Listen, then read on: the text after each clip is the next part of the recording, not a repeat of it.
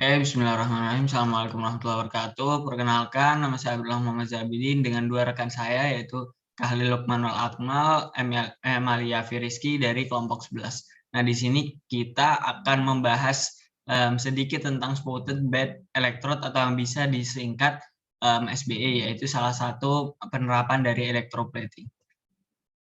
Nah, sedikit pengantar, ada gambar dari bagian-bagian kecil dari smartphone di sini.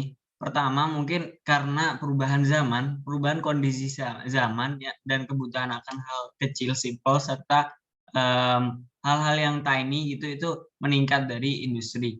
Nah, komponen dari smartphone saja di sini ya, bayangkan saja ponsel pintar, tablet, serta kamera karena ukurannya yang kecil, banyak dari bagian dari mereka itu tidak dapat dilapisi dengan benar kalau kita memakai cara konvensional yang sama. Lalu pertanyaannya, bagaimana cara melapisi komponen yang berukuran sangat kecil?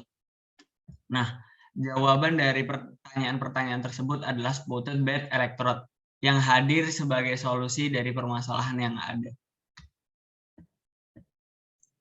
Nah, spotted bed electrode ini sendiri merupakan mesin electroplating yang dirancang khusus untuk bagian dengan dimensinya yang lebih kecil dari 1 cm pada setiap dimensinya. Nah, teknologi SB ini juga mempunyai prinsip yaitu menggunakan solution jet yang akan mensirkulasikan bagian-bagian di seluruh ruang pelapisan selama operasi pembersihan, aktivasi, pelapisan, dan juga pembilasan. Nah, teknologi ini sangat cocok untuk melapisi bagian-bagian yang sulit untuk dilapisi dengan peralatan yang konvensional, termasuk komponen pasif, pemasangan permukaan, bagian viat, komponen bertimbal, dan juga pin. Nah, ini ada kelebihan-kelebihan dari teknologi SB ini. Yang pertama ada pada kualitas simpanannya, yaitu pelapisannya berlangsung di bawah kondisi elektrolit pelapisan yang optimal, sehingga tidak menghasilkan endapan dendritik atau kropos yang akan gagal dalam uji kinerja endapan untuk kemampuan penyolderan dan ketahanan korosi.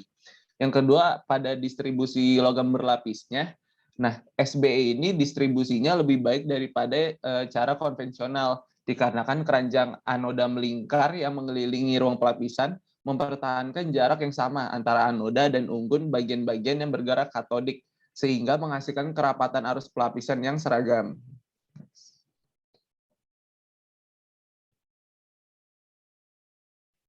Nah, yang ketiga ada falling off parts. Nah, ruang plating SB ini tidak memiliki bagian yang bergerak seperti roda gigi, pintu, atau penggantung. Dan juga tidak ada jahitan atau celah yang nantinya akan menjebak bagian yang berukuran mikro. Nah, plat SBE juga menghilangkan bagian yang tidak dilapisi. Lalu ada coupling of parts. Tingkat mengadukan yang tinggi pada ruang pelapisan SBE ini menjadikan bagian-bagian tidak menyatu dalam gumpalan. Bagian juga tidak rusak karena kontak dengan deflektor, karena defleksi terjadi di bawah larutan. Dan gaya tumbukan sangat rendah karena memiliki bagian massa yang kecil. Nah, berikutnya adalah kekurangan dari SBE, yaitu kurang efektif digunakan pada pelapisan bagian yang berukuran besar. Satu-satunya kelemahan nyata untuk pelapisan SBE adalah volume bagian yang dapat dilapisi di dalam ruangan. Proses SBE ini dirancang untuk melapisi bagian-bagian kecil hingga saat kecil saja. Volume beban hanya dapat berkisar dari 50 hingga 500 mili. Next. Nah, berikut adalah cara kerja dari SBE. Pada SBE, part-part yang ingin dilapisi akan disimpan di dalam bejana silinder yang bagian bawahnya berbentuk kerucut. Kemudian, elektrolit atau cairan dialirkan ke dalam bejana dengan kecepatan yang sangat tinggi. Part-part tadi akan terperangkap dalam cairan dan bergerak ke atas menuju plat deflektor. Setelah itu, part-part tersebut akan bergerak melingkar turun ke bagian bejana kerucut, kemudian di sana terjadi proses plating.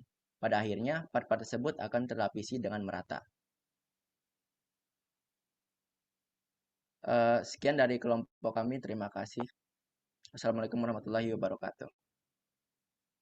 Berikut adalah referensi yang kami gunakan. Terima kasih.